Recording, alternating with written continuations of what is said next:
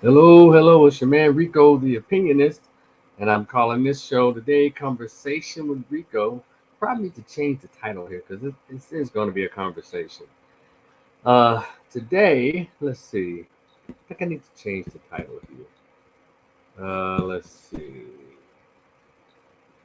Yeah, Rico, the opinionist. Okay, yeah. It's your man Rico, the opinionist. Yeah, I'm here today to go live with you to have a conversation with someone on the topic of being falsely accused of rape. And we know that that is a major issue in this country. My guest today is someone who was accused of rape 7 years ago. He spent 7 years trying to clear his name. And today he received a phone call that he had been waiting for, that he had been fighting for, that he had been spending money on for the past 7 years. For his attorney to tell him, hey, the charges were dropped, the accusation is unfounded, and he's ready to reclaim his life. He went through a lot emotionally, he went through a lot economically. And I remember when the accusations first hit the pages, all the local news there in Memphis, Tennessee. He was on the front page, and I mean, face splattered everywhere. And of course, social media went haywire. Those who were there locally, as well as folks who were around the country, saw this, saw that the headlines and man accused of rape, blah blah blah, and all that comes with it. And unfortunately, in this system that we operate under as men, you get the charge of being accused of a sexual assault or rape. Well, you know how it is. You know how it goes. You're literally guilty until proven innocent. And in the process of you trying to prove your innocence, you're spending a lot of money. You have to suffer through the jeers and the social isolation.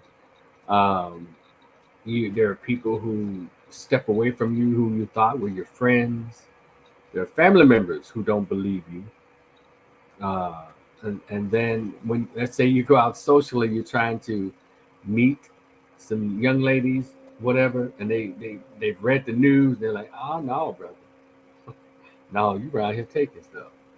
Or you aren't you the one on the news? Aren't you the one we saw on social media who allegedly raped somebody? And so you spend all of these years with this bullseye, this target on your head, on your back, wherever you go, and people are looking at you, and you are feeling self-conscious, you are feeling low self-esteem. You can be driven, if you're not strong enough, you can be driven to not want to be here. And so when the young man received his news, uh, I said, hey man, we need to come and talk about this. Share your story, as well as let's broaden the conversation into the national conversation about what goes on when men are falsely accused. And this is not to say whenever a woman accuses a man of domestic violence or sexual assault that she's lying. No one is saying that. But time and time again in this country, um, it has become almost the norm, if you will. All she has to say is, "He attacked me," and then boom, everybody start lining up. The courts, the police, the courts, these nonprofits, these women's groups, they all line up to get this big bad monster, this attacker of women, off the streets. And all of this before asking him, "Hey, did you really do that?" And or prove it. They rarely say prove it. I guess since he's accused, he's the one who has to prove it, right? You would think that the one who's making the accusations would be the person who will have to go through the process. But somehow the accuser gets forms of protection. They get uh, a fence built around them legally and socially. That's why are you re-victimizing her? You're re-victimizing her. You're taking her through that again. And we don't know what the woman's going through. And we've seen time and time again through social media and through local and national news how the justice system, the criminal justice system, has become so believe all women or me too that they automatically drag the man's name, his reputation, uh, his mental health, his everything through the mud. Or that man is automatically cast out into, amongst the wolves to be gnawed on, to be picked apart, pulled apart. And he just has to take it until he works his ass off trying to prove his innocence. But you know what needs to happen, and this is part of the national conversation. The women who make these false allegations out of anger or out of guilt. I changed my mind. I don't know why I slept with him. I don't know why I gave in to him. Out of guilt because of how they think people will perceive them. Oh yeah, a lot of times they yell rape because of the guy that they, I guess, at a weak moment or a moment of lust or a moment of curiosity, they gave into or they volunteered to walk into the man's bedroom or the man's clutches. And then the next day, let's call that participant's guilt. Have a couple of drinks. I wasn't myself. You only had two drinks. You didn't have a case of Bud Lights. You had a couple of beers. And we just do not like to add into the conversation about why a lot of people, and I'm speaking of alcohol or becoming inebriated in a party or in a social setting in a bar. Y'all know that some people actually get lit just so they can get crunk.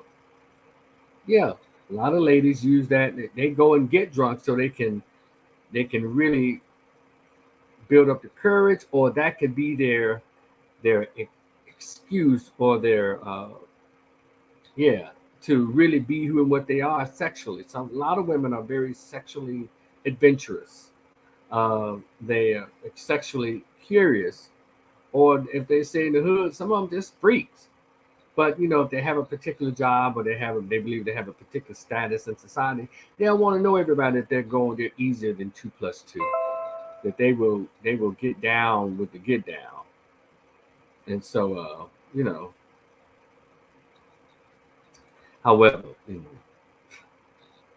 hopefully those days will come to an end when more men start standing up, and even women start standing up against women who falsely accuse men when you both agree or you consent to participate in the behavior. Um, we've seen it time and time again. Famous cases, with the Me Too. You had the Dr. Cosby, you had the Harvey Weinstein, but the Harvey Weinstein was a fool. And and I want to go as far as mention the R. Kelly thing because then you have to arrest a lot of the parents. Oh no, he's not really innocent of having sex with underage young women. But so when are we going to hold those parents responsible for sending their 17 to 18 to 19-year-old daughters to him, knowing that he's a man who likes them a little on the kind of undone side? And he likes them on the chick side instead of the full hen, if you will. And then you have grown women under this Me Too era who at 19, at 20, at 25, at 26, or whatever, go into other grown men's hotel rooms at 3 or 4 o'clock in the morning and really expecting an audition for a movie or a TV commercial or a TV show, really. And then after they seal the deal with I'll just say a kiss, and then after 5 Emmy Awards, 2 Oscars, and $50 to $80 million in the bank, oh my God, I was attacked, I was assaulted. I was attacked, I was assaulted. Now you having now you want to renege on the deal, and that's not cool. And so a lot of young men over the years have have been kicked out of college, have been fired from jobs because of accusations. And she was also flirting with him during the lunch break. But she has the right to get angry and has the right under this system of feminism and how it's spilled into the criminal justice system. All she has to do is become dissatisfied with something that's not going her way, or she wants to cover up a bad choice that she made. All she has to do is yell, "He raped me! He sexually harassed me!" Those days have to stop. And so, as long as we continue to allow this, we have more young men, more men having to waste money, time, go through ruined relationships, public scrutiny for 7 years or more, trying to clear their names. And it's just time out for that. So I was reading some statistics here. Y'all hold on a second. Let me look at it. I was trying to find the amount. What is it like? Exactly the number of accusations that are made, and I put it in here. It says, let's see. This is prosecuterintegrity.org. Prosecuterintegrity.org. Let's see.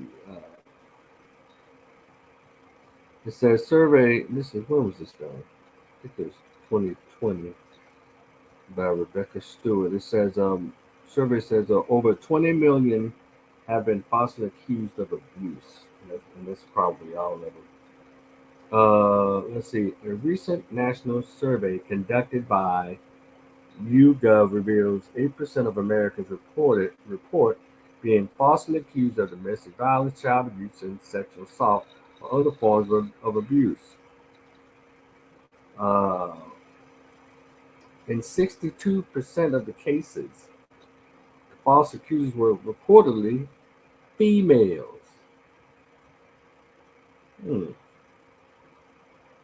that's something. And they broke down, let's see, false allegations were fairly evenly distributed across four abuse categories. When asked, has anyone you know ever been accused of blank abuse, respondents answered as follows. Domestic violence, 17%, child abuse, 17%, sexual assault, 16%.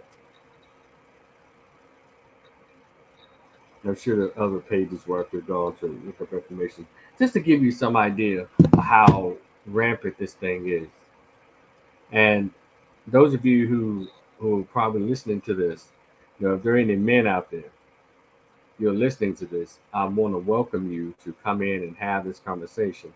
I'm going to put the link in the description box, and the link in the chat room here, where you can come and talk about it after the interview. My guest is coming up in a few minutes. Yeah, he'll probably be here in more like 5 minutes. I just want to have this conversation with you before we got started, and please don't go too far, because I think this is going to be an explosive interview that that you might not want to miss. And do me a favor while you're at it, if you're here, while you're here, please like, share, and subscribe to this particular YouTube channel, Rico the Opinionist. Please support the channel. We're on out trying to get up to 1,500 subscribers. One more subscriber, I'll be at 300. I know I am climbing up a mountain with flip-flops on, but hopefully I'll continue to bring juicy information like what I'm bringing today, and hopefully we'll get there, and we'll continue to share opinions and thoughts and break news about what's going on. Whatever it is, I'm going to talk about it. And those of you who've been enjoying my videos on this particular channel, I thank you so much for liking and sharing your comments. I tend to read most of them. Well, not, yeah, I do. And I know I think I read them all, but I respond to a few. That's what it is. And but you're always welcome to chime in. All thoughts are relevant. All comments are welcome. I mean, wait a minute. Hold on a minute. Let me think about that for a minute. Because somebody might get too crunk. If you go too far, I might have to like get on you about that. But for the most part, this is Rico the opinionist, so I accept all opinions, right? But you don't have to get personal. You don't have to be really become belligerent uh, in your sharing your thoughts. I'll hear it. I can agree to disagree, just like you can agree to disagree. I don't mind. And so, but if there are any men out there, if you've gone through this, you've been falsely accused. Hopefully, this show will bring some clarity your way, and hopefully, this show will enlighten you in a way that may give you uh, some tools that you did not have in your possession at first. You can take these tools and maybe it can help bring some type of some clarity to your particular situation. So I know it's a lot of men out there hurting, and that's one of the main reasons I want to do this show because I know I'll go so far as to say I know for a fact there are a lot of men out there hurting, a lot of men feeling disillusioned, a lot of men disillusioned with life, disillusioned with dating, disillusioned with women. Because that's a rough deal to be falsely accused of violating somebody, all because you decide to have buyer's remorse. The lady decides to, buyer's remorse out of feeling guilty about something. Now I don't know what the situation was with this particular case, but all I know is what is usually discussed through social media or national regular media uh, in conversations. A lot of times it's buyer's remorse. They'll regret volunteering, going along with it, or based on who the guy is. I can't believe I slept with him. Like, that whole thing. And it has to stop. We'll have to bring integrity back into social relationships. And we're going to have to, in this country, as a country, and even around the world, but particularly in the country, we're going to have to stop allowing women to feel safe and falsely accusing men of something when they don't get their way or when they feel as if they've made a poor choice. That's not fair. And it further divides men and women in this society when you behave that way. There are a lot of men who are saying, you know what, forget that. I'm not going to date anymore. I'll just rather, that particular comfort that I want, I'll just get a prostitute. I don't care. So, but anyway, the guests should be arriving in probably a minute and a half. And so again, like and share. Subscribe to the channel. I told you I'm one person away from 300. Yes, that's a milestone for me because I just kind of got back involved into this page, and yeah, because I've had it like since 2013, 14, maybe 15. I just never took time out to really do anything with this page, but I think it can be used to really spread a lot of good or become a place of refuge for some people. So, um, and so that's why I think about 4 or 6 months ago I started taking the page seriously and started sharing my opinions, sharing my thoughts, and I'm trying to go live a lot more. So I give those of you who are coming on as subscribers, give you a chance to come on in and just and we can interact on topics and stuff. So yeah, so I'm here. And oh, by the way, I have another page that I'm working on for my more therapeutic side. Because outside of sharing these labeled controversial opinions, and I also have a social worker side. I've been for the past 27 years a master's level social worker, and I do mental health counseling as well as substance abuse and depression, anxiety. That's good. Let's talk about it. We've done some things with some relationships, but we'll do it. And I plan to work on that page. That page is called Your Master's Social Worker. You find that page, go and subscribe to it. I'm going to put all of that in the description box in this particular broadcast.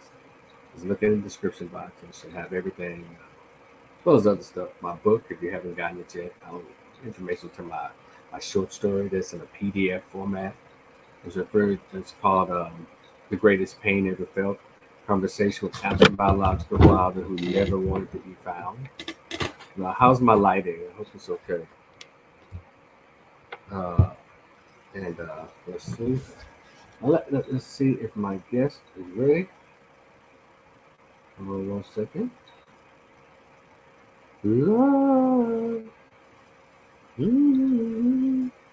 Let's see.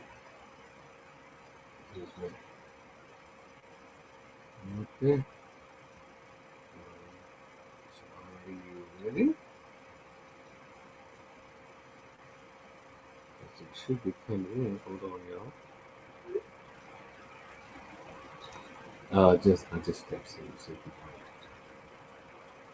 and we'll get right to it.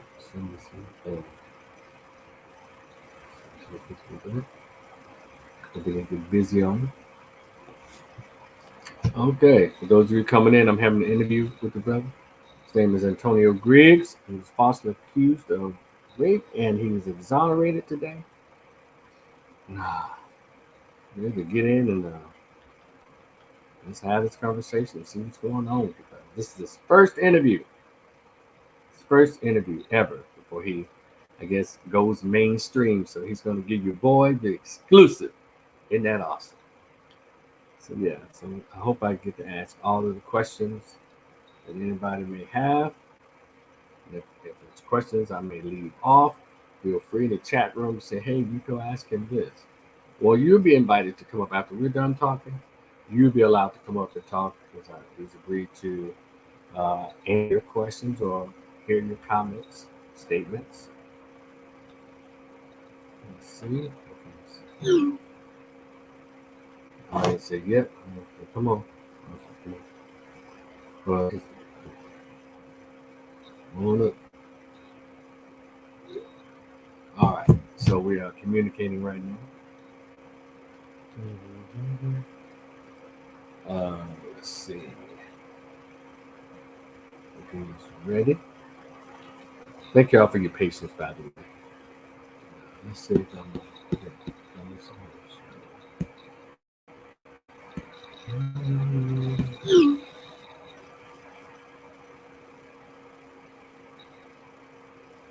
Okay, not on my laptop.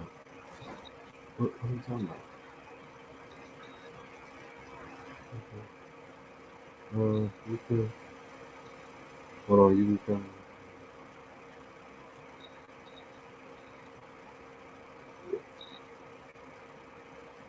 Hold on, y'all.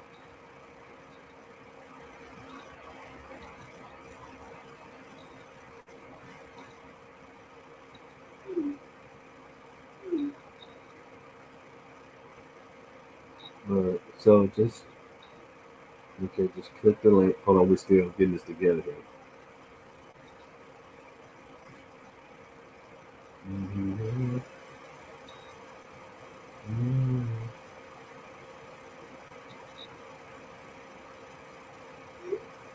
Let's see.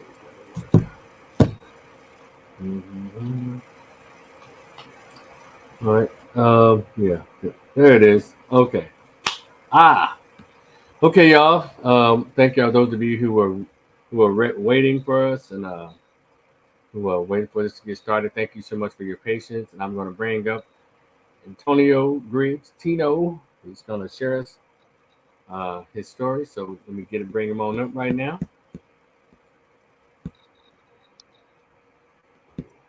There he is. Can you hear me? Yeah, it sounds real low, but let me see here. Hold on. Maybe it's mine. Yeah, it's real low on I can't hardly hear you. You can barely hear me. Shout out to my laptop. You know, can you hear me? Let me get my earphones and see if I can work something out, okay? Okay. All right. 1 second. 1 second. Maybe I need to go on my phone.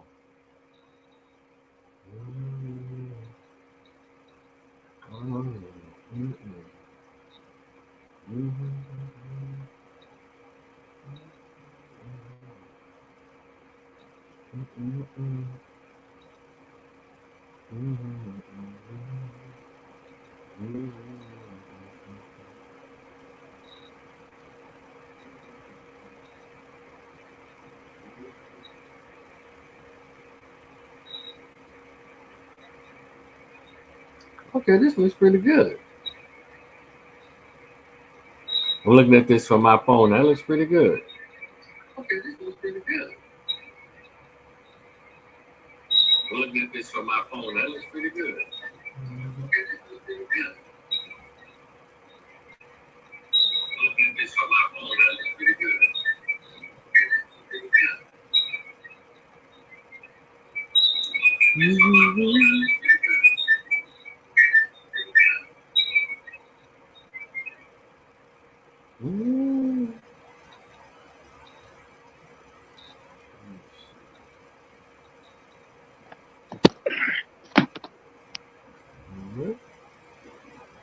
All right, a second. Let's see. Do I have any earphones? Oh, where'd you go? Hold on, y'all. He'll be right back.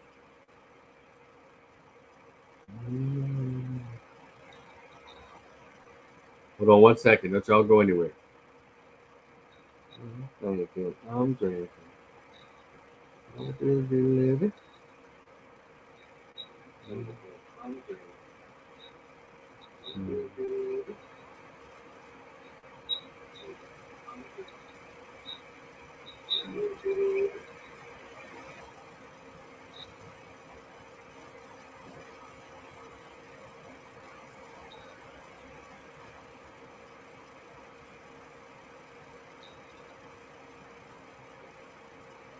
Hey, don't go anywhere, y'all.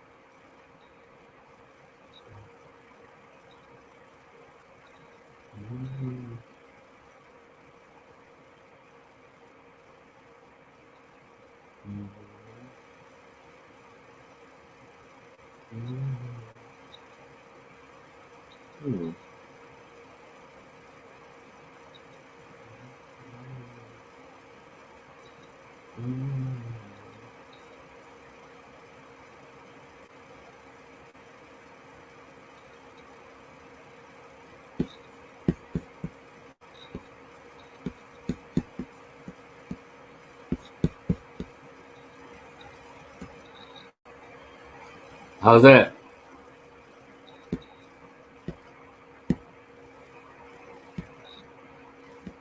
Unmute. Hold up. How do I There you go. sound? All right.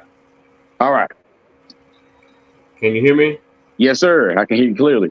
All right. Awesome. I was about to say maybe I need to come up with something else. Nah, you good.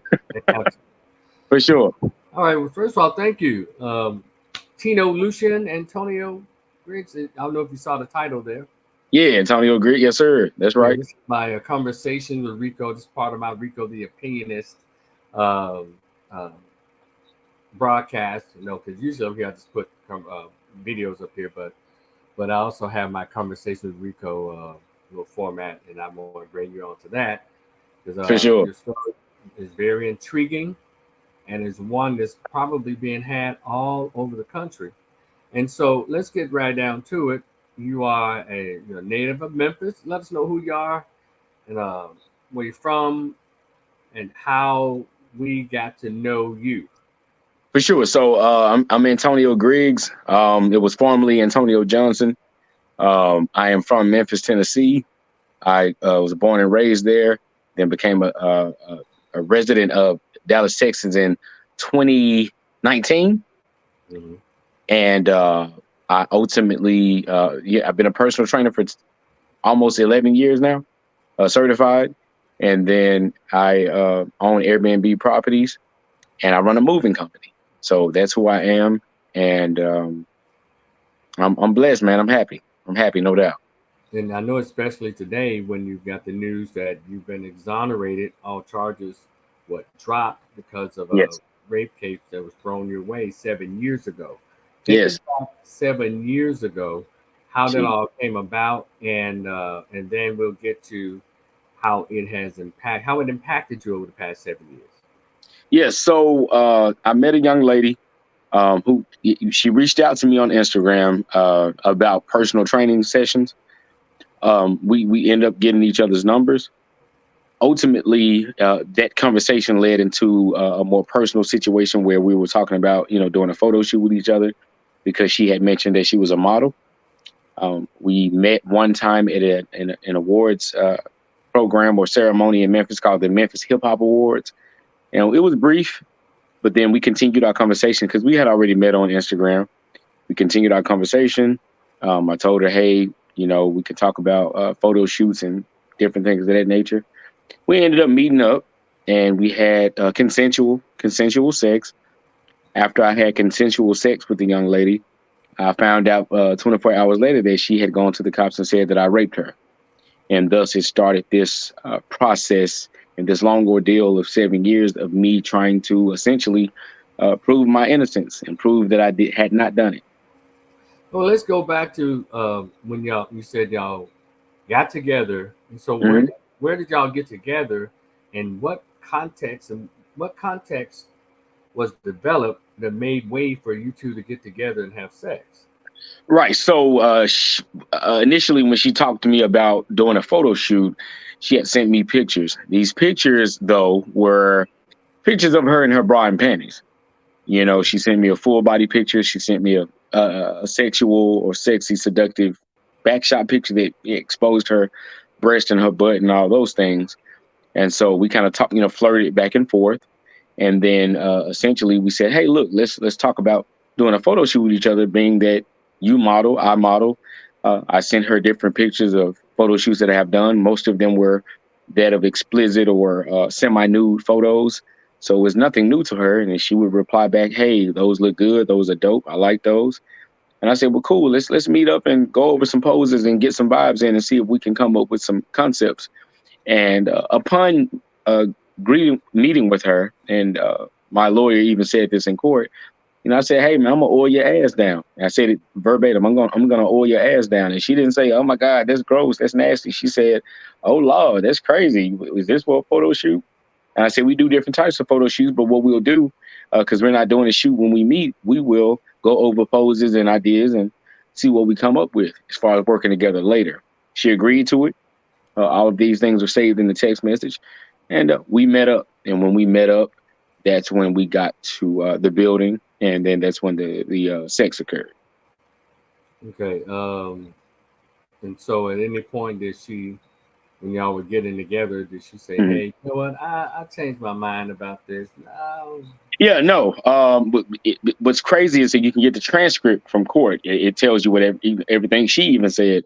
I actually walked out of the room for about 10 minutes because she lived maybe 5 minutes away from the building. So when I picked her up, it was essentially walking distance. And she tells the jury that. But I picked her up, no issue. We got to the building. Hey, you want to go over this? We can. She was never forced. She was never trapped. There were never any locks on any doors. She would even say out of her own mouth that I left out of the room for about 10 minutes because what I was doing was looking for a pen so I could bring a piece of paper with me to write down her measurements and different ideas we can get. So I walked out of the room for about 10 minutes. Well, at that point, you can run. She still had her cell phone. She could call someone. Hey, this dude has me at this building I'm not familiar with. She could have ran because she was walking distance, as she told the jury, from the building. So nothing occurred to make her feel like she was in danger or that she was being taken advantage of. I walked out of the room. I came back in. We started talking, and again, her clothes. She took her clothes off. She did that, and then sex occurred. Like I said, consensual sex, nothing forced. And after that, we left. There's a video. I have that video of us walking out of the building together. Again, as she's walking out of the building, she is many steps ahead of me. She's in front of me. We walk to the vehicle. I open the door for her like a gentleman. I let her in. I walk around to my side. We get in the car. No issues. She always had her phone. She was never trapped. There were no gates or any codes that you needed to leave the building. You had free access to do what you wanted to do. So, So, because I'm glad you answered that question. I was about to ask, was she ever away from her phone? Was she ever? no. But you answered that question.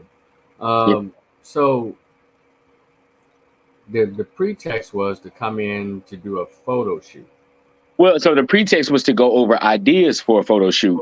Even in the text messages, I let her know that we're not shooting today because I had never met her on that concept. I never met her to meet with her to see, about doing the physical shoot. But we can meet and see if we have chemistry. We all know that in the modeling world, we can all say, "Hey, let's work together. Let's do this." But if there's no chemistry, then the camera will show that. She was aware of that. She had been modeling, as she said, since she was 17 years old. So we got together to see if there's any type of chemistry or anything we could do in the first place. How old was There- this? How old was this young lady? she was 23 at the time. She's 30 now.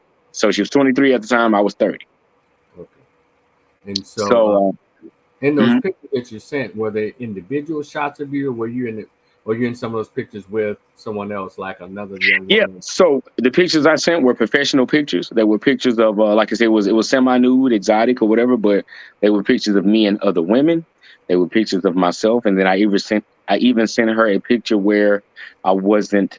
It wasn't a professional picture. It was just me in a towel.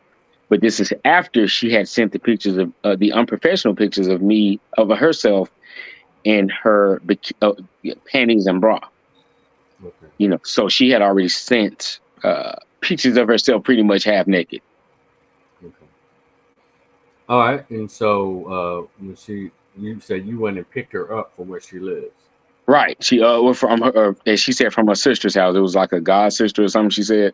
So Mhm. the place wasn't far. It was like I said, it had to be about a 5 to 7 minute drive. It wasn't far Well, at what all. was this place you said? Because I know people will probably want to know, what does he mean by the building? What does he mean by the Yeah. building? So the building was called the Bell Venue, which was a banquet hall. She would give to her own testimony that, hey, he sent me the website to the place because I did. I said, hey, this is where we will meet at. This is where we will talk. And here's the website. So I sent her the website. She told the jury, hey, he did send me the website. I looked the place up. It showed that he does do, personal training classes there. And he does, there have been photo shoots and weddings and things of that nature there because it is a banquet hall, which is a place where people would rent out for certain events. So she had already done the research. And this is the quote unquote building is the Bell venue that I'm mentioning. Okay. And so anywhere during that time, let's say when she was getting dressed, let's say y'all finished having sex, Mhm. when y'all getting dressed, did she feel any? Did she have any type of There anxiety was, going on? when we got finished, again, I'll tell you. And she told them he walked out of the room again. So when we got finished, I walked out of the room again to go to the men's bathroom to clean myself up. Mhm. So again, this is a time where again you feel violated, you feel like something happened to you. You're not waiting on the attacker to come back. You have free range to do what you want to do. And so she could have ran, she could have left, she could have called the cops, whatever she wanted to do. I left out, came back in. We talked for a few minutes. She actually stood in one of the mirrors in the room, and she combed her hair. She combed her hair when she talked to me normally. Mhm. As we were leaving, I grabbed something to drink out of one of the offices up front, and we walked out. And again, the camera shows us walking out together for a second, but she walks far ahead of me. She allows me to meet up with her, open the door for her, and get in. So at no point did she show a sign of distress or discomfort or that she was uncomfortable or that she was in danger, that she felt like she was in fear. I never had weapons on me. As she told the jury, I never had a weapon. I never had a gun or a knife or anything like that. I was a gentleman. She even told them, "Hey, I told him to back off and get out of my personal space, and he respected it the first time, but the second time he raped me." And I'm like, it just doesn't add up. Mm. So All right. So did she actually get out of her personal space? not at all. No, she never told me to get out of her personal space. She never said move. She never. None of that was going on. Not at any point in time. In fact, if she had ever said anything like that, with no problem, I would have. Okay, cool. You don't want me on you, So you whatever. understand no means no. No means no to the fullest extent. Yes. And Yeah, so even if it's a joke. on the ride home, I mean, as y'all was sitting in the car, Right. what was the mood like? What was the temperature of the car? What was the conversation like? Again, everything was cool. She was telling me about how her and her, the I guess the child, 'cause she has a son. Her and the child's father were trying to co-parent, but it's kind of up in the air. And we just kind of talked about how when we do meet up again, we will do certain photo shoots for a certain amount of money that the photographer would pay us for. That was it. Okay. Nothing more, none less. All She right. got out of the So, car, no problems. why do you think? What do you think? Just you can just guesstimate. Why do you think all of a sudden the next day Hmm. things changed and So she? Okay. I asked my lawyer. There were two things. When I text her and I had that text message, I said, "Well, hey, don't you have a boyfriend or someone you date?" And she texted me back, "No, I don't have a boyfriend. I'm just focusing on myself right now. That's my only focus." But lo and behold, when we went to court, first thing she said was, "I had a boyfriend. I didn't like him like that." So what my lawyer did was read out the text messages where you're saying you didn't have a boyfriend right here. And when he read her the text message out, she snapped out. Well, that wasn't none of his business. She got like mad about it. She got defensive. Another thing he said is, "Hey, you have a name for yourself, Antonio. You do have things going on." And she is all about attention. Okay. And what he did was showed me, and even now I have it. This is a recent where she texts like different rappers who may be famous or have a name for themselves. She will superimpose her pictures to their picture and make it seem like she's in the photo with them. She will Okay. inbox them to, "Hey, I want to get with you." She would do those, and I have proof of that. So he was just letting me know, hey, it's all about attention with her. Okay. And so I think that was a part of it. And unfortunately, some people, as you said, are just evil and wicked. They sick, they got issues. And in her case, I think that's what it was. Okay. Number two. All right. Rape charges filed, Mhm. and it hits the news. It hits the papers. It hits social media. Were you ever picked up or put in handcuffs or anything? Yeah, so the alleged incident happened in February of 2016, but I wasn't actually arrested until March of 2016. And in March of 2016, the sheriffs came to the house I was at the time. They knocked on the door. "Hey, are you Antonio?" I said, "Yes." "Hey, turn around. You have a warrant for rape." They arrested me. I think I did about 15 hours in prison. I'm Mm. sorry, in jail. 15 hours in jail, and I bonded out. Yeah, I bonded out, and then I found out what the charges were. So she never, even when she said, "Hey, I was raped," because she went straight to Facebook, allegedly the same night, and said, "Hey, my dreams are over. My dreams are shattered. I was raped by a guy. He premeditated raped me," and she never said my name. But when I got out of jail, the news had already put the story out. "Hey, this man was accused of rape, and this is his name and face." That's when she plastered my name and face all over her page. Okay. So yes, I was arrested. I got out on bond, and ever since I had gotten out on bond, I fought it. I fought it for 7 years. I fought it. I wouldn't take a plea. I wouldn't say I did it. I kept my mouth shut about it, and I let the justice system do what they had to do. Yeah, it took them 7 years, I guess, to 7 years. they had Yeah. to do. Number another question. So she plastered your name and face likeness all over her social media, Right. her page, Facebook, what have you. But also the local news in Memphis. Hmm. Which ones? Fox 13 was the one who did the story. They Okay. said, "Hey, it's breaking news. A man has been accused of raping a woman he met on Instagram." Okay. And I saw that, and I was like, "Are you serious?" So it was around, but they were the only outlet who, from my knowledge and recollection, had made a story or reported a story about it.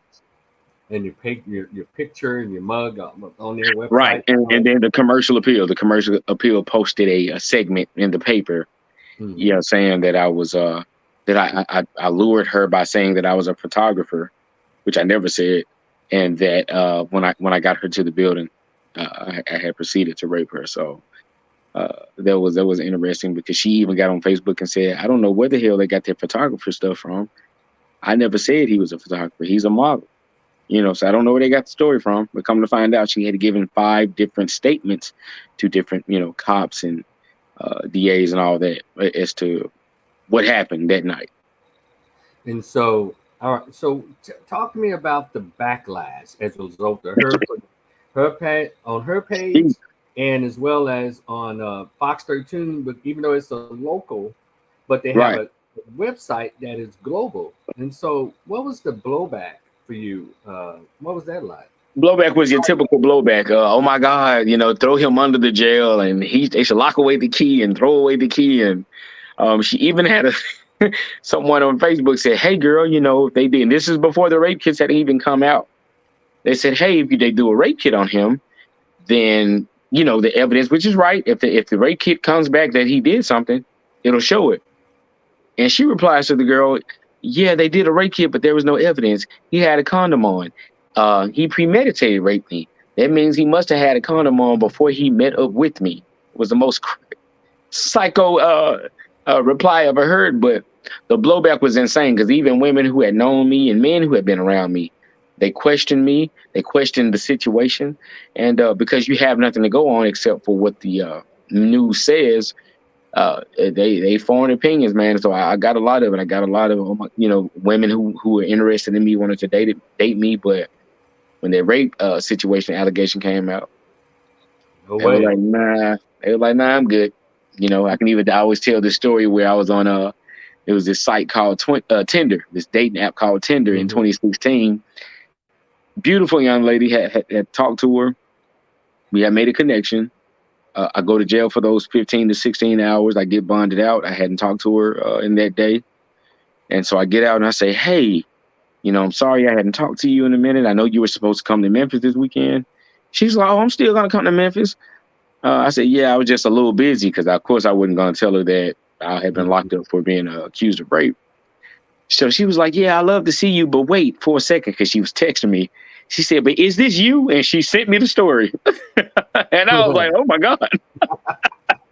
So, so normally I'm not at a loss for words, but when I literally couldn't say anything. I was like, oh my.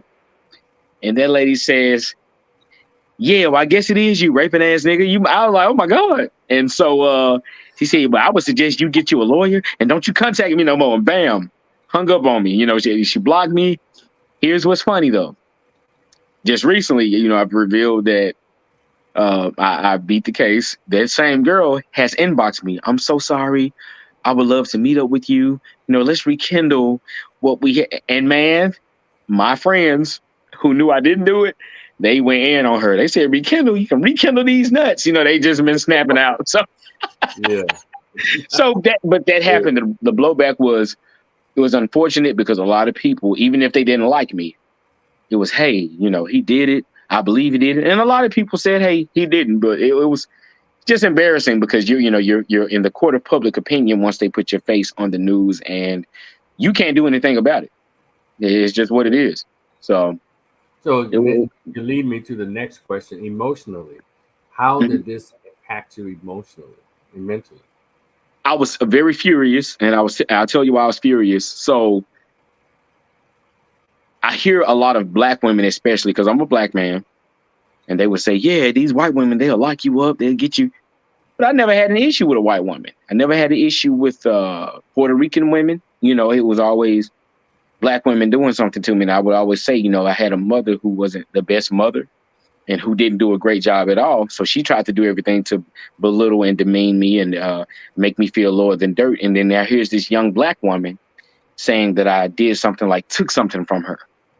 So that made me not want to talk to black women at all for years. I didn't talk to black women for about 3 years. I was scared of them. I would snap out on them.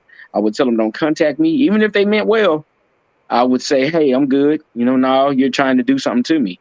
Ultimately, I had to get therapy, and I still see a therapist every 2 weeks on a Thursday. And I had to realize and understand that everyone is not like that. But it did make me very bitter, and it made me question, like, why would a person even do that, go through all those extremes and steps to accuse a person of something that they didn't do, So essentially. So do you think that the system pretty much uh, makes it possible for women to falsely accuse men without any form of repercussion or any fear of consequence? absolutely, a woman can say, you can't even, you won't even have to be around her. She can say, oh my God, he punched me in my face, even though you didn't do anything to her. At that point, once she goes and put that report on you, you have to prove that you are innocent. But more than anything, because they say, oh, he's innocent to proven guilty. No, you have to prove that you didn't do it. And they tell you that. But in the literal court of law, it is the state, because the burden of proof is on the state. We all know that. So they have to prove that you did do it. Your job is not to prove that you didn't do it. But at the same time, once you're in the court of public opinion, you're susceptible to any type of rhetoric or judgment that the people in the public may pass upon you. Mm-hmm. And so it definitely makes it easy for a person to say, hey, he did this with no proof, no nothing, but simply because I said you did it, they'll give you a pass and they'll go see about you. Even with the evidence and everything that they had seen from the alleged crime scene or rape scene, they had no evidence of anything that I had done, any wrongdoing or anything that I had done. So, but because she said that you have to do what they call due process.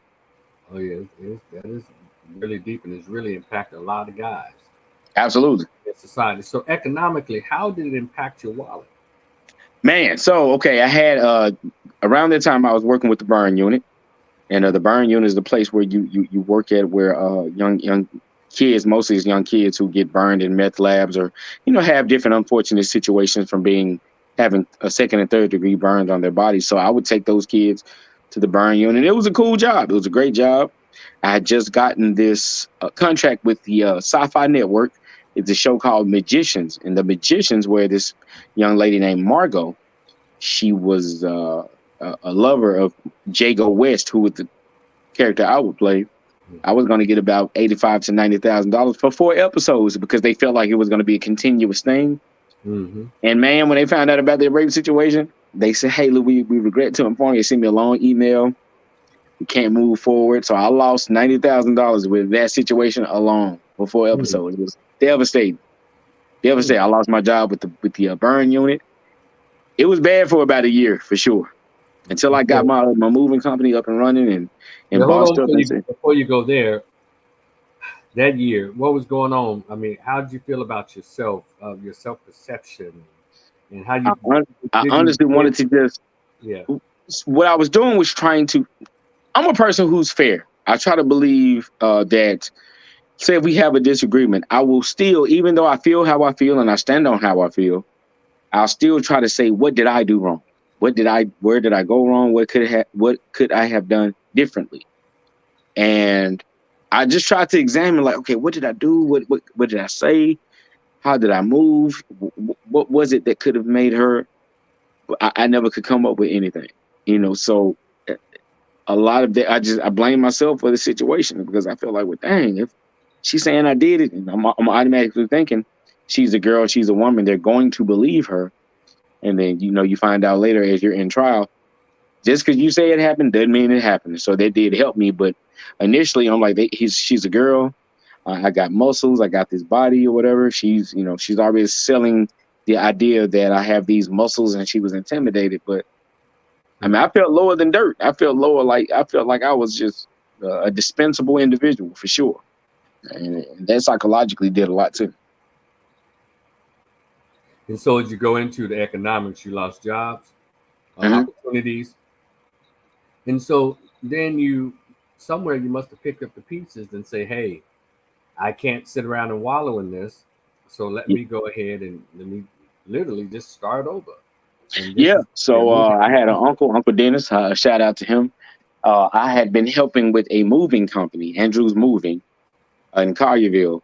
And one day the field supervisor got sick because he was paying me about $14 an hour, which wasn't bad. I had some money.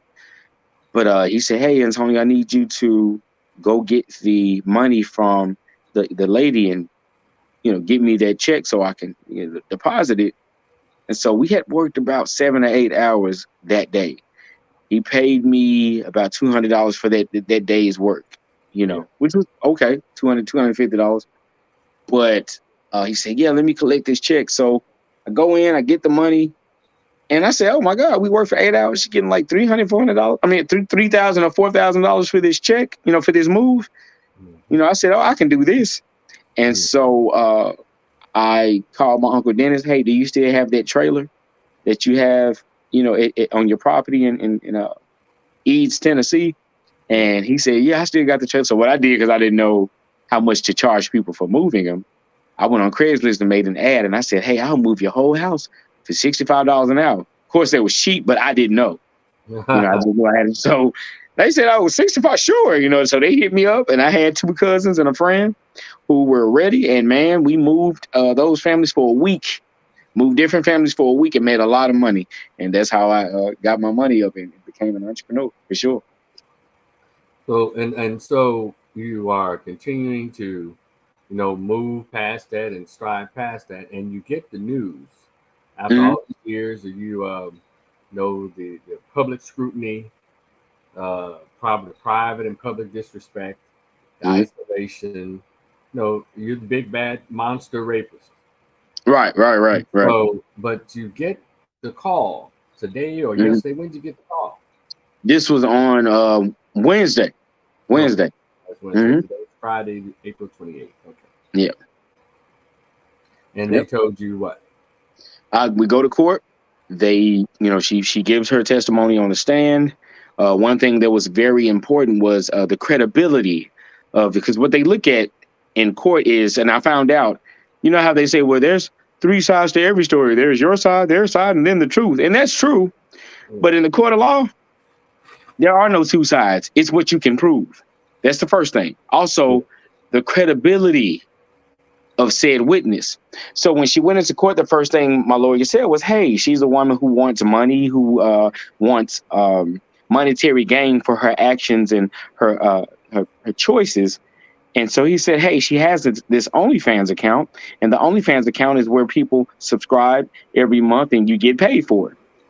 He asked her in the court, "Do you have an OnlyFans account?" And this chick says unequivocally, "No, I don't have an OnlyFans account.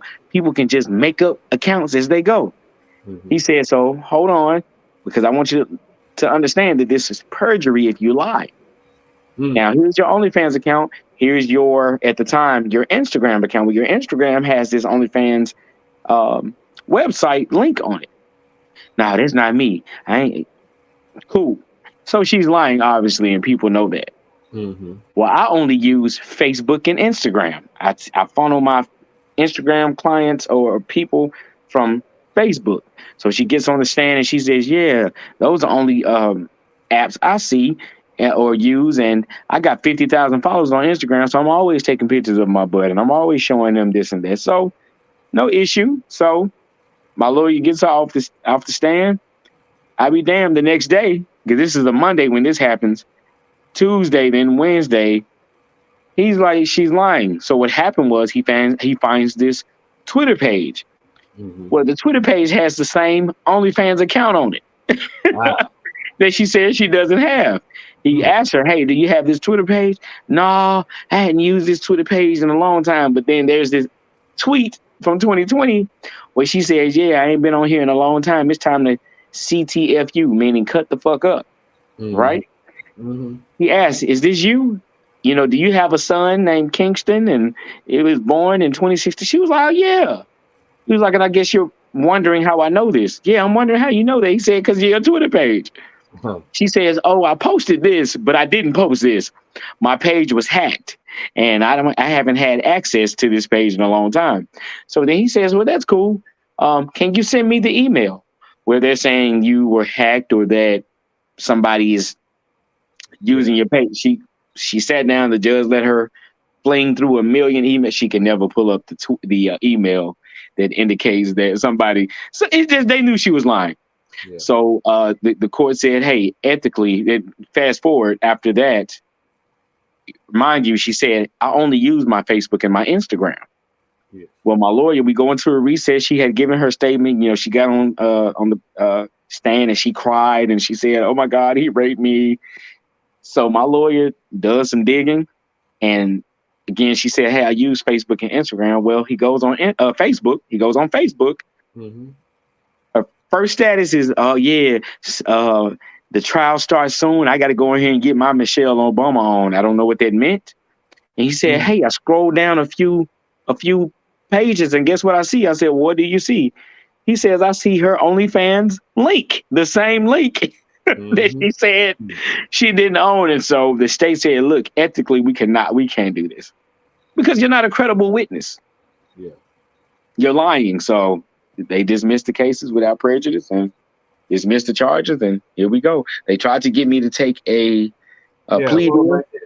But I was Yeah, going to ask you, let's go back to the beginning because you're about to go into it. yeah, Did they try to badger you or pressure you or just coerce you into taking any type of plea when you know you're innocent? absolutely. Okay. Absolutely. This was so in October we were supposed to go to trial. Now I'm a person who have never been in trouble like that, but I know when you go to trial, it's because the prosecutor is the most powerful person in the courtroom. If the Mhm. prosecutor wants to get you, they're going to get you. So when I went to in October, we were set for trial. The first day of trial, where you pick the jury selection, my lawyer pulls me in a room and he says, "Hey, they want to do something else. They found something on the couch. They're saying, you know, we." I said, "Well, so what? They found something on the couch. We knew this in 2016. Who cares?" Yeah. And so he says, "Look, we can go to trial now, or we can just say forget it and set it off to April." I said, "Well, let's forget it and set it off to April." Now his plan was to it was a it was a move he pulled that he wanted to, let's see if this will work. It was a strategy, and the alleged victim still say, "Hey, I want to pursue it." So a month before, because the 24th is when we started, literally the first day of April, they called me, "Hey, don't you want to take like a 3-year deal? Just say you assaulted her and no jail time. You just get some probation." I said, "No." Yeah, the ALS light source that they shine on your body, the evidence shows that I never did anything to this woman. This woman said I choked her. I'm not taking a plea. So they did try to do that. My lawyer said, "Hey, there are consequences if you go to trial." And cool, I'll have to take the consequence, because what I do know, because I am innocent, is that I did not assault, harm, or rape this woman. And so they did try to hit me with an assault plea for 3 years probation, prior to Mhm. me saying let's go to trial. They did try to do that. Yeah. And so, did you ever have to change attorneys over the past 7 years? Nope. Had the same attorney. He was good. Blake Ballin was my attorney. Amazing, amazing attorney. Amazing attorney. No. He never Was he this the never one that said, was trying to "Hey." encourage you? Was this the one who was trying to encourage you to take these plea deals? No, the prosecutor is trying to make me take the plea Oh. deals. My attorney's job is to just relay the message of the Mm. prosecutor. It's kind of like the rapper Hurricane Chris, the A Baby, A Yeah. Baby. That guy, he had killed a guy who had been trying to get into his car, and the DA tried to offer him a 40-year deal for manslaughter. And he had killed the Mhm. guy, but he said, "No, I'm not going to take that deal." And he ended up beating his case.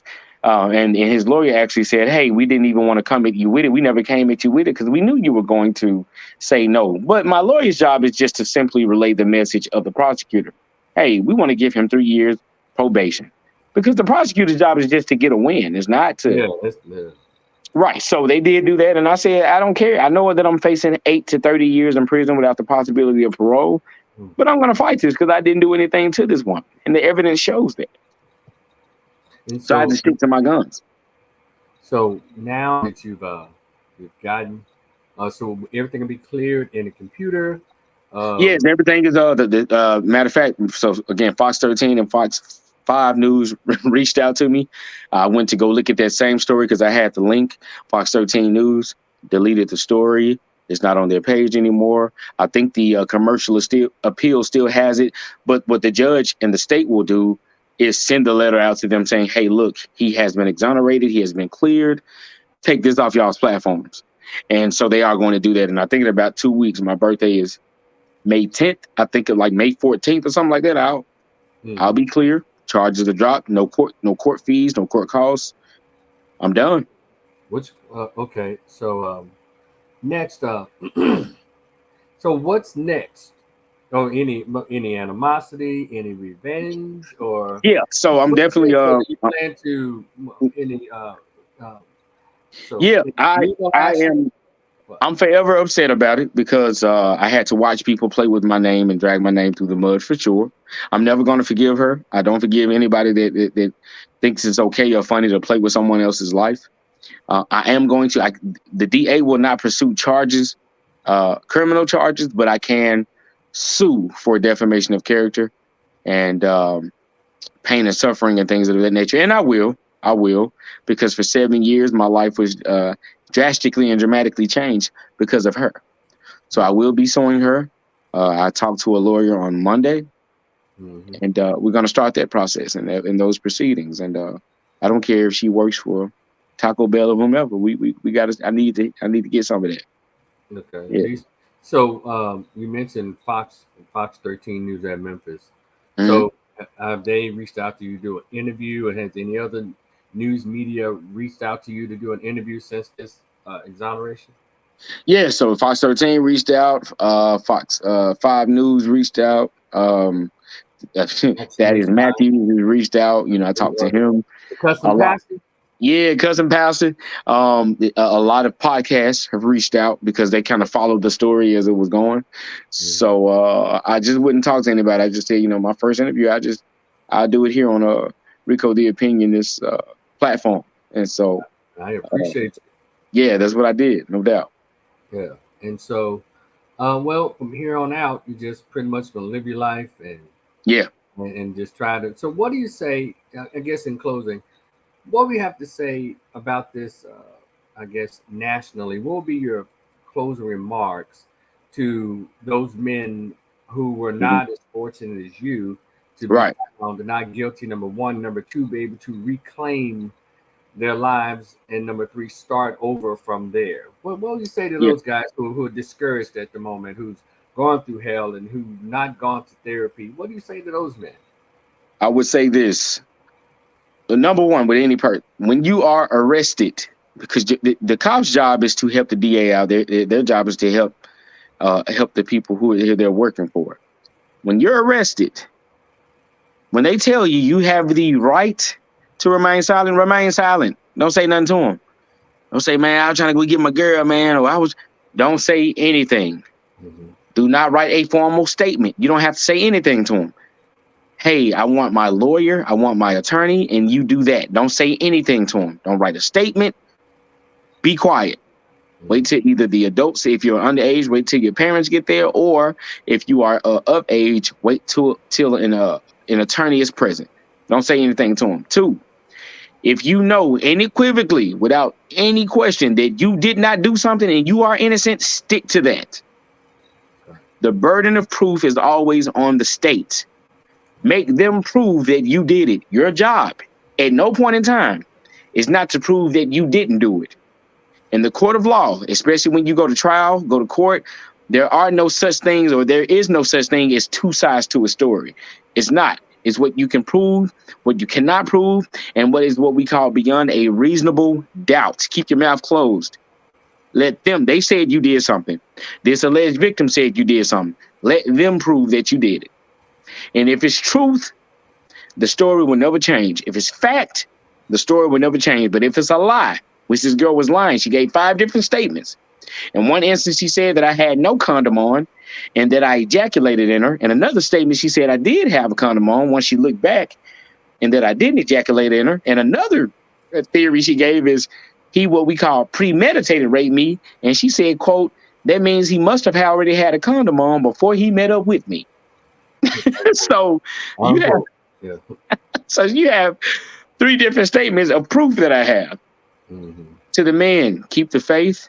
But not only that, if you know you didn't do it, fight, man, fight. And don't let anybody try to sway or persuade you into taking any kind of plea deal that you didn't have any business doing, or that you were not involved with. Because if you take a plea deal, you can't go later back and say, oh, I didn't do that. Once you take the plea deal, that's it. But if you take it to trial, you have a chance to fight. You have a chance to exonerate yourself, and only 3 to 4% of cases go to trial. Everything else, 95% of cases, ends with a plea deal. Plea deal. Yeah. It's always a plea deal. It's never because the guy, you're probably tired. Because me, it's 7 years for me. I knew for 7 years that I didn't do it, and they tried to, hey, look, let's go ahead. No, we're not going. No, we're going to go to trial. Okay. And in trial, you'll know everything because you have the what we call the discovery packets and all the evidence. The evidence showed that there was no semen found in her. None of my DNA was found in her, even though she said I choked her and threw her on the couch, that I forced her. Well, if you were on the couch and crying, Why isn't any of your evidence on the couch? So these things matter later. So to man, keep it. Look, if you didn't do it, stand by that. Make them prove that you did it. It's not your issue or beef to prove that you did not do it. And I did learn that. And in closing, part two, Hmm. if anyone would like to continue the conversation with you, to reach you, you have an email address, social media, cash Yes, app. Someone, so let me bless the brother because he's been through a lot. So right. so slowly read out your email address, your social media, and put your cash app out there, and I'll put all of those in the description box. Absolutely. So my email is Tino901 at hotmail.com. And that is TNO901 at hotmail.com. Any social media platform, whether it's Facebook or Instagram, is Tinolution. You can spell it all out together. It's TNOLUCIAN. And my Cash App is $ Lucian 214, and that's $LUCIAN 214. So that's my information. If anybody has any questions, comments, or concerns, hit me. Well, I certainly appreciate you here at Rico the Opinionist, where we share opinions and we have conversations. I appreciate you, man. Continue on this path. I hope you get the satisfaction that that you're searching for, and Right. that you so deserve. And just continue to be an inspiration. Continue to use this platform that was given to you without your permission to try Right. to educate and uplift other men who possibly going through this, or you can use your story as a prevention for other young men as it relates to going out here and dating. And let me say this: I don't have a problem with how people meet to have sex. Right. I do, as long as it's consensual and both parties are aware of it, because that's Yeah. what young people do. Young people go out and have sex. Hell, people in their 50s like to know knock some around every once in a while if their shoulder not hurt. Ugh, Right. you know, but however, and so there's no prudes here, there's no judgment in how people move around.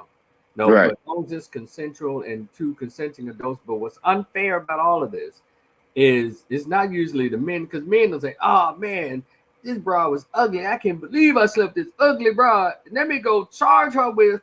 No, the women get to say, "Man, I can't believe I slept with that ugly dude. Or I Right. can't believe I let myself go that easy to him." No, what called buyer's remorse. Yes. So let's go to that remorse. I asked my lawyer. This is before we started the proceedings. This was in 2017 when we were going to court full fledged. I said, "Hey, do you think I raped this woman?" He said, "Hell no. She had sex with you. She had a boyfriend. She felt remorseful, and now she's saying you raped her. It's called slut's remorse." Is what he was saying. It's kind of like a remorse. And he said, but her feeling remorseful because or feeling away because y'all had sex and she feels different, that has nothing to do with you. It Right. doesn't. And so I had to take that and understand it like, oh, okay, I get it. Yeah, I don't have anything I'm not responsible for your feelings. I'm not responsible for any of that. Once the act is done, how you feel is on you. But I didn't do anything wrong to you because you feel, oh my God, I shouldn't have done that. Or I should have got some money first. She kept saying when we had got finished, well, he kept saying I was like his little sister. I don't know why he was saying that, but I was like his little sister. She kept saying that. Well, And I did think you, that, did you tell you she feels like a little sister to you? yeah, I mean, we was talking after the fact, and I said, yeah, you cool like a little sister or something. And I think Oh, it probably did something too. I don't know, but it does, she yeah. kept emphasizing Well, that. yeah. Well, damn, we're supposed to be done, but hold on a minute. Because I guess afterwards, you done clapped her cheeks. Shout out to Chloe Bailey. You done Right. clapped her cheeks. And then you say, well, you like a little sister. That's almost like incestuous. Then she's like, well, little sister. What? Yeah, but what I think it is she had her own motive. She had her own reasons for meeting up with me, and that definitely showed later on. So I I'm tell okay. you what, let me add on to that piece as well. Yeah. Maybe when you refer to as yeah, we cool like a little sister. Because who asked if y'all was cool? She did or you did? She did. She was like, yeah, so what do you think about, she was just talking to me. And I said, yeah, you cool. Like, I'll look after you like a little sister or something. And that's what I said, and So that means you really minimized her, right, to right. that. Yeah. And so, okay, I get it. So I was like, oh, wow, we just did this major adult deal, but damn, I'm like a little sister to you. So, but Right. maybe in her mind, she was trying to elevate herself up to girlfriend or something like Or getting some money or whatever. Yeah. And that. then it's like, dang, he just did this and I'm just his little Yeah. sister. Kind of cast her aside, psychologically speaking. You kind of cast her aside. Yeah. And she's like, man, I'm going to say he raped me. And, I have this text message that I keep where I find out that she's pressed these rape charges. And I said, hey, you said I raped you. I would never do anything like that to any woman. And she said, whatever, you manipulated me and you tricked me. But let you tell her you don't like black women, but that's okay. I'm making sure you pay for it. So God bless you because you going to need it. And I was like, wow. So Wow. she let me know. She let me know then. I'm about to go get you. Yeah. Damn it, this supposed to been over, but you threw something else in there. So where did she get the idea to that you didn't like black women? When we text each other, she asked me what type of women I like, and I told her I don't date black women like that, like I have. But I date outside my race a lot, and I essentially date who likes me. I don't care if you're black or whatever. I date the women who like me. And she texts back, "Oh, I understand. I get it." And that was it. But she understood that, hey, he does date outside of his race. So And so you're assuming she took that as, well, let you tell you don't like black women. No, like black, there's right, a second punishment I'm gonna put on you because right, for the sisters. You don't like yeah, black women. So, well, all right, man. I appreciate you. Continue on your journey. I have your information, and again, thank you so much for appearing on my show first. absolutely, Appreciate absolutely. I appreciate you, and yeah, I'm good. I'm all right. I just appreciate you for having me. All right. Well, enjoy the rest of your day and the rest of your life and your journey. Continue to be positive. Continue to make an impact on those who can really use a positive impact right now. So peace, No brother. doubt. Peace. Peace. All right. So much for joining me on Rico the Opinionist or Conversation with Rico. My guest, Antonio Griggs, who fought, as they say the old song when he fought the law, but he won instead of the law. And unfortunately, the law worked in his favor, but it's not that often that a lot of men get accused of falsely accused of rape, and they actually survive. So again, thank you, Antonio Grizz. Thank you, Tino Lucian, and I have all this information in the description box.